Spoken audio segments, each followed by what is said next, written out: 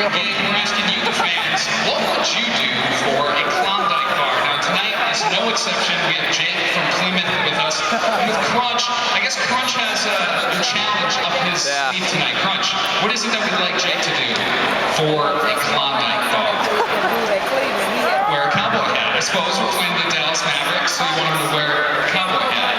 And looks like a little vest. A furry vest with cow print. That's it? This is all you got? Oh, of course, chaps. Chaps. So, essentially for a Klondike bar, you want Jake to dress up like a cowboy? Doesn't seem that challenging. What do you got?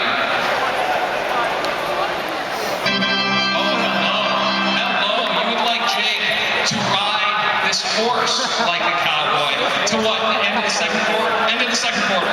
All right, Jake, if you can keep on your cowboy uniform and ride this horse until the end of the second quarter,